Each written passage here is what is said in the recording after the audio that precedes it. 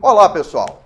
Que bom estar de volta com o nosso programa Sim para a Literatura na nova temporada de 2022 e poder contar com a sua companhia. Deixe o calor do verão continuar aquecendo as suas emoções positivas, se acomode na poltrona e curta junto comigo.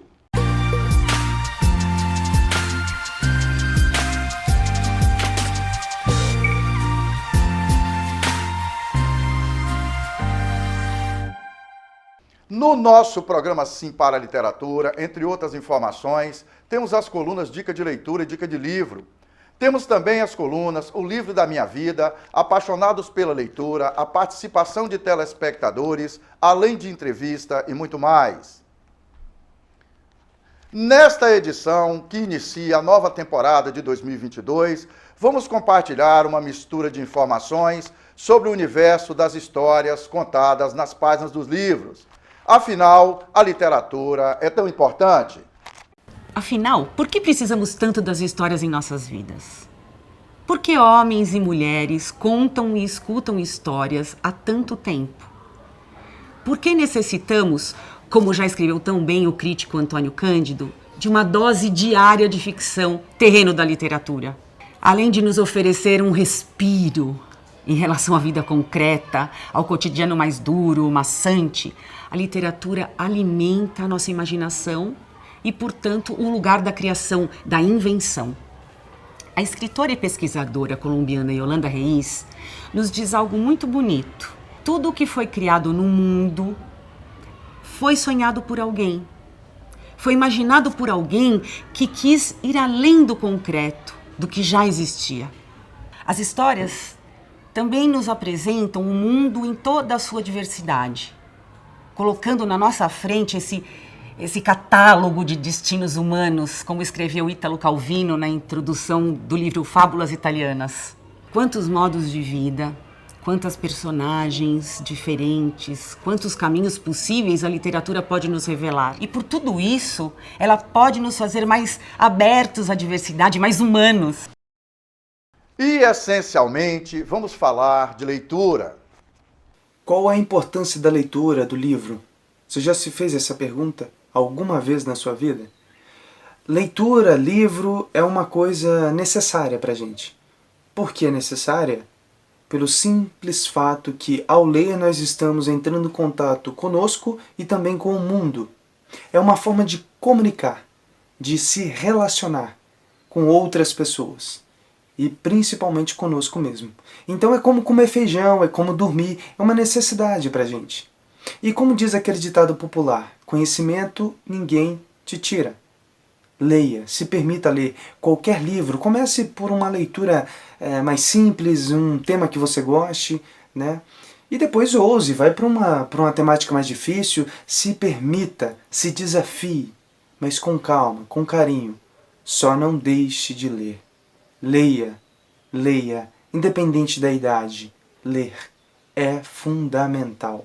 Então, essa é a minha dica, né, para que valorizamos cada dia mais a leitura em nossa vida, em nossa sociedade.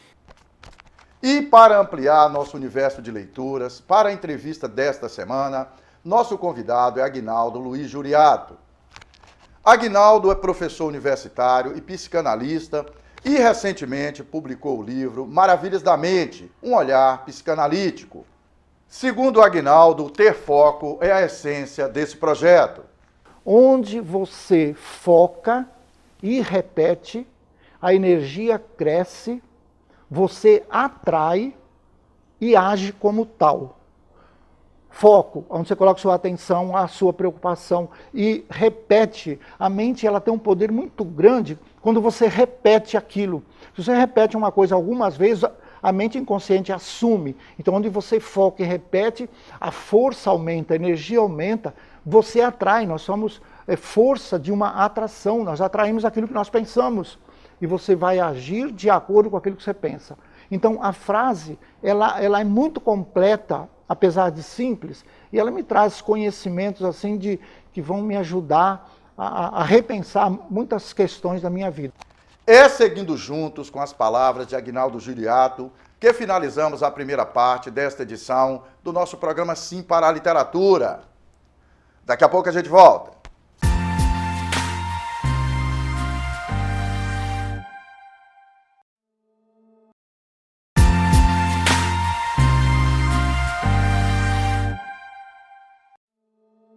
Estamos de volta com o nosso programa Sim para a Literatura e é muito bom continuar na sua companhia.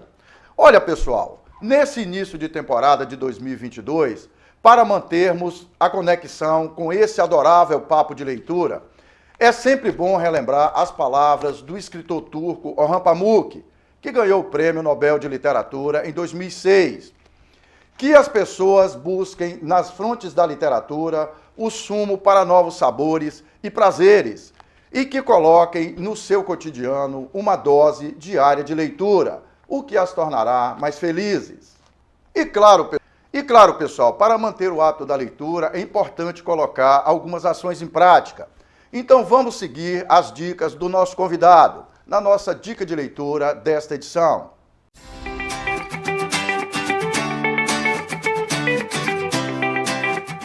Você vai ler aquilo que você gosta de ler.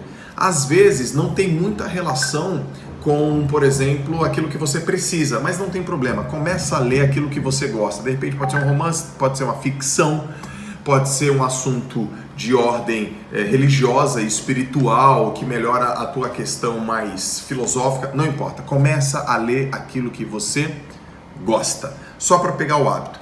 Terceira coisa, você vai pegar e vai levar livro em tudo que é lugar onde você estiver. Você vai ter livro na tua mochila, na tua bolsa, na tua mala. Você vai ter livro no teu trabalho. Você vai ter livro no teu aplicativo. Você vai ter livro em todos os cômodos da tua casa, porque você vai criar o princípio da inevitabilidade. É inevitável, cara. Você está o tempo inteiro lendo. O tempo inteiro tem livro. Você vai ter um Kindle, você vai ter no teu celular. Livro, o tempo inteiro. Se cerque de livro para toda hora você ler. E na nossa dica de livro, nesse início de nova temporada em 2022, vamos sugerir literatura de ótima qualidade e também para estimular reflexões sobre questões do nosso tempo. Pode rodar a dica.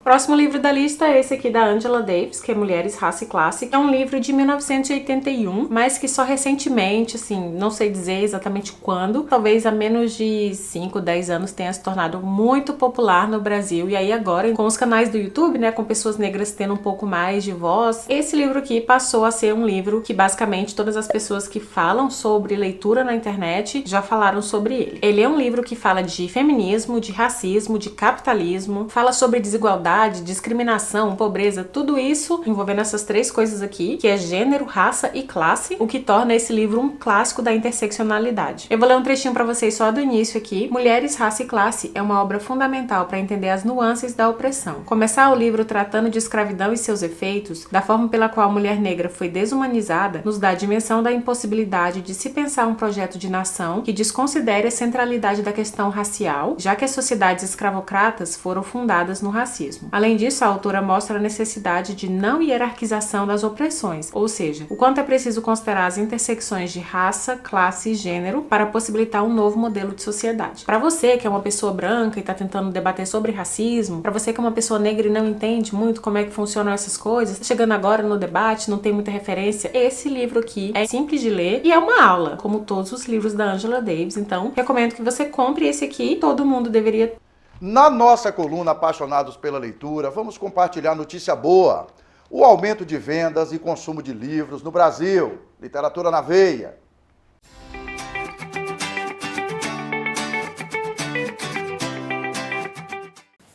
Ian sempre foi fã da leitura. Com a quarentena forçada pela pandemia, a cabeceira dele passou a incluir os livros de autoajuda. Eu sinto que ultimamente ficamos muito mais ansiosos, né? Muito em casa, muita essa aflição de não ter o controle do que está acontecendo, né? Leitura é isso, né? Escapar um pouco disso e absorver o que é bom pra gente. Os títulos de autoajuda como O Segredo, As Coisas que Você Só Vê Quando Desacelera e A Arte da Imperfeição, junto com clássicos da ficção, como Fahrenheit 451, Admirável Mundo Novo e O Guia do Mochileiro das Galáxias, são os campeões de vendas nesta livraria, uma das mais tradicionais de São Paulo. Mas por aqui, cada leitor escolhe seu gênero preferido. Estou lendo bastante biografia, normalmente para entender melhor os artistas que eu gosto, que eu sou fã. Eu gosto de ler literatura clássica brasileira, tipo Machado de Assis, José de Alencar, né? E hoje, assim, o que eu estou lendo agora é Clarice Lispector. o brasileiro retomou o gosto pela leitura. Neste primeiro semestre foram vendidos 28 milhões de exemplares, alta de quase 50% em relação ao mesmo período do ano passado. O faturamento também aumentou. Os caixas das livrarias receberam 1 bilhão e 200 milhões de reais, uma recuperação que começou em setembro do ano passado. Foi uma redescoberta das pessoas com o prazer e o hábito da leitura, na medida que elas tiveram mais tempo disponível, na medida em que o varejo conseguiu atender as pessoas. Eu fico muito feliz de ver que esse movimento é consistente, né, que esse crescimento permanece, o que significa que as pessoas continuam lendo, continuam usufruindo da leitura. Quando o assunto é literatura para crianças e adolescentes, as vendas subiram 42% este ano, impulsionadas principalmente pela rede social TikTok. Aqui os chamados booktokers fazem resumos divertidos e criativos das obras. Encenam personagens, pequenas análises, criam memes. Assim, despertaram na nova geração o interesse por livros nem tão recentes assim, como Mentirosos, A Rainha Vermelha e Os Sete Maridos de Evelyn Hugo. É seguindo juntos, através dos vários caminhos da literatura, que finalizamos a segunda parte desta edição do nosso programa Sim para a Literatura. Daqui a pouco a gente volta.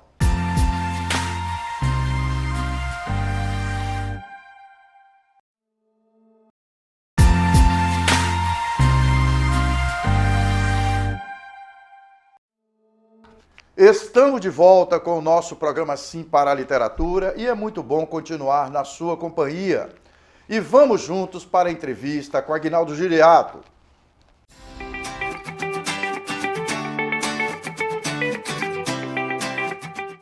Ô Aguinaldo, como é que tem sido a sua experiência de leitura? O que você costuma ler no dia a dia, assim, de forma breve? Literatura, você lê livros, uma linguagem mais técnica? Como é que está funcionando? Eu tive assim, sempre, né, desde da minha formação lá a nível de faculdade, a possibilidade de ler muito. Então eu fui um grande leitor, né? Eu lia em média em torno de 5 livros mês. Também fui coordenador de biblioteca durante um bom tempo, e aí eu tive um contato assim, mais direto realmente com a literatura e tal. Mas o meu foco de leituras, principalmente agora, mais recente, é uma leitura mais técnica, mais dentro da neurociência, da programação neurolinguística. Então eu estou assim, com um foco um pouco mais determinado na minha área de trabalho. Tá. Eu sei. Mas se a gente fizer uma retrospectiva do seu tempo do contato com livros de literatura, romances, crônicas, contos, tem um autor que marcou sua trajetória? Joaquim Manuel de Macedo, lá com a Moreninha, né? A Moreninha. Nossa, esse lá na minha adolescência foi o máximo, assim, né? Eu acho que aquilo me chamou muita atenção. Mas eu sempre gostei de ler, desde pequeno ainda, né, quando no início dos meus estudos, nem energia elétrica tinha lá em casa, eu colocava uma vela e lia. Então, morava no interior de Rio Bananal? Morava no interior. De Rio Bananal, Exatamente, é isso aí. E o Bananal nós já tivemos muitos convidados ilustres, né? Eu tenho amigos lá, escritor, né? O Baroni, né? Baroni já meu esteve amigo, aqui com a eu gente, sei, ele é... Professora Penha Giuriato, né? Que é digníssima parceira nossa. Que bom. Diretora de escola, foi superintendente regional de educação. De que maneira que suas práticas de leitura, para a gente falar um pouco das suas práticas de escrita, de que maneira que o seu ato de leitura contribuiu para as suas práticas de escrita, Aguinaldo? Professor, eu criei assim uma forma de ler. Eu não gosto muito de ler e-books, coisas assim, né? Eu prefiro a materialidade, o livro impresso. O livro impresso. Eu tenho sempre o meu lápis ali por perto. Então eu criei assim, toda a leitura que eu vou fazer, além de pequenas anotações, eu levo ali do lado sempre um papel onde eu anoto, não exatamente a citação, ou às vezes a citação do autor, mas onde eu coloco ali, a página tal fala disso, o assunto é esse, eu faço uma pequena reflexão.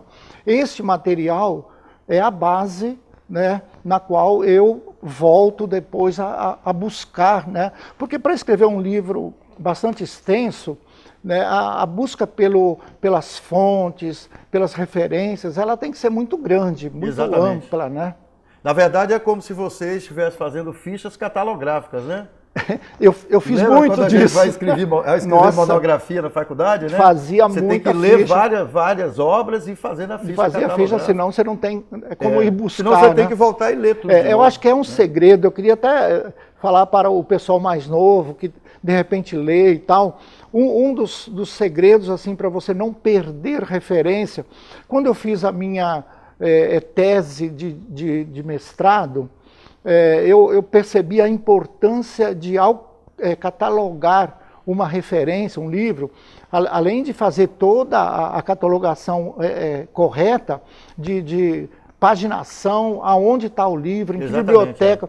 Então, uma ficha, ainda que pequena, olha, ajuda demais quando você precisa. Puxa, essa coisa quem falou foi fulano de tal, aonde que está? Então você busca isso, né? Então fazer essas pequenas anotações ajuda muito, você pode ter certeza. Inclusive na organização das ideias, né? Também, né? Por assunto, eu tenho...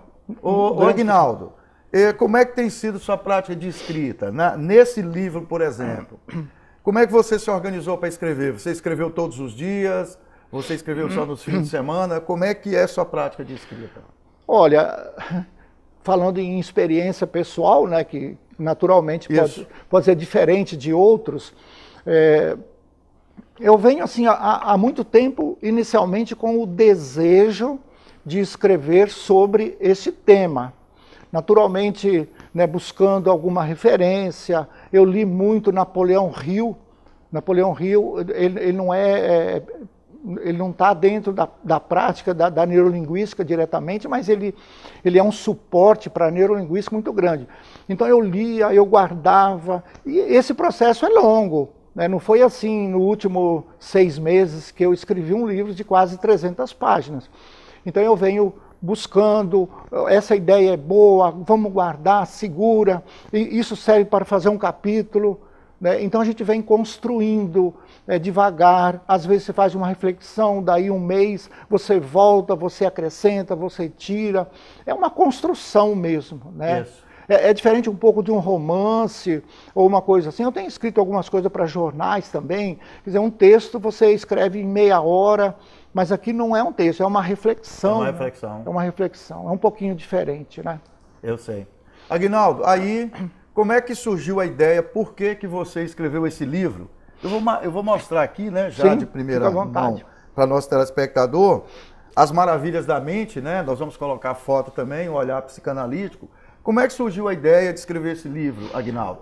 Pereira, a gente vem, né, poxa, eu estou pensando nisso, isso é bacana e tal, e aí alguns nomes, né, apareceram como títulos, né?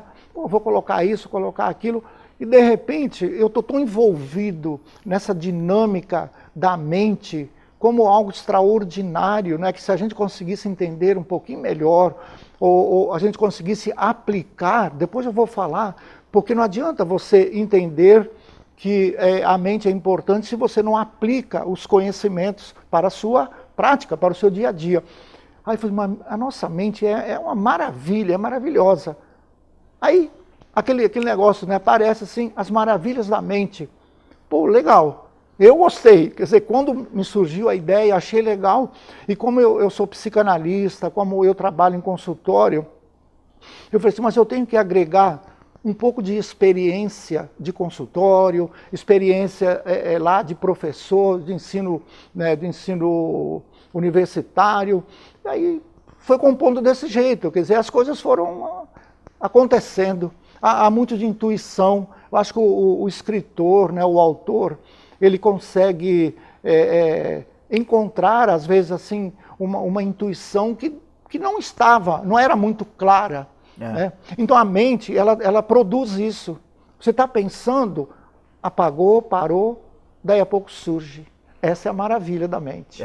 Então esse é o título forte. O cérebro é como se ele descansasse um pouquinho, né, Aguinaldo? E depois, quando ele encontra os estímulos, ele... O cérebro, ele descansa no sentido assim, vamos tranquilizar, trazer a paz, tal. Beleza. Ele não para enquanto atividade. Tanto é que no sono, enquanto você está dormindo, a atividade cerebral ela é muito grande. Mas ele tem o poder da captação da intuição. Né? Então eu estou aqui, eu consigo receber mensagens. Né? Nós somos uma comunicação de frequências, de ondas. Né? Se a gente conseguir entender melhor isso, a gente tira muito proveito das coisas. Aguinaldo, aí para falar do livro, você fez o lançamento, né? O primeiro lançamento aqui no espaço da Biblioteca Pública de Linhares, qual foi a data? No dia 26 de novembro do ano passado, eu fiz o primeiro lançamento, assim, um pouco mais oficial, né? E agora eu estou com um novo, né, lançamento para ser feito aqui, né, novamente em Linhares. Eu acredito que esse livro possa dar uma contribuição muito grande para as pessoas a nível assim, de autoconhecimento. Né? Eu acho que vale a pena mesmo, não, né? ter esse material, ter esse livro. E aí, posteriormente, você vai fazer o lançamento em outros lugares, mas também em Rio Bananal? Olha, Rio Bananal, sua claro, terra natal, né? É minha terra natal, eu tenho um carinho, trabalho lá um dia por semana no consultório e estou programando realmente para fazer um lançamento lá em Rio Bananal. O pessoal de Rio Bananal pode aguardar que vai ter um lançamento, né, lá na nossa cidade. Aguinaldo, de forma breve, por que as pessoas devem ler esse livro? Aí fala um pouquinho do livro, né? Para a gente fechar esse encontro. O livro, ele está assim, distribuído com alguns temas chaves importantes, basicamente da neurolinguística. A questão do foco, né? A questão... Eu acrescentei 2 capítulos assim, bastante interessantes, que na verdade é o primeiro, sobre a importância da mudança. Eu só consigo avançar, só consigo melhorar, só consigo produzir bons resultados se eu continuamente estou mudando a minha posição, acrescentando, me abrindo para receber. E terminei com espiritualidade, são 19 capítulos, espiritualidade, porque eu acho assim, o ser humano é um complexo, né? Eu chamo de psiconossomático, psique, espírito e corpo. Então a gente não pode separar o corpo da mente, a mente do espírito, é um conjunto. É com o espírito, degustando várias leituras, que finalizamos esta edição do nosso programa Sim para a Literatura. É isso aí, pessoal. Bem legal a participação de vocês, no prestígio que nos proporcionam, com a sua participação nesta edição do nosso programa Sim para a Literatura. Para que vocês tenham acesso às edições anteriores e aos vídeos do programa, acessem youtube.com/Sim para a Literatura. Aproveita e faça a sua inscrição no nosso canal. Vamos compartilhar experiências de leitura. Entrem em contato conosco através do e-mail simparaliteratura@gmail.com. Agradecemos o prestígio da sua audiência. Saudações poéticas e literárias e muito obrigado.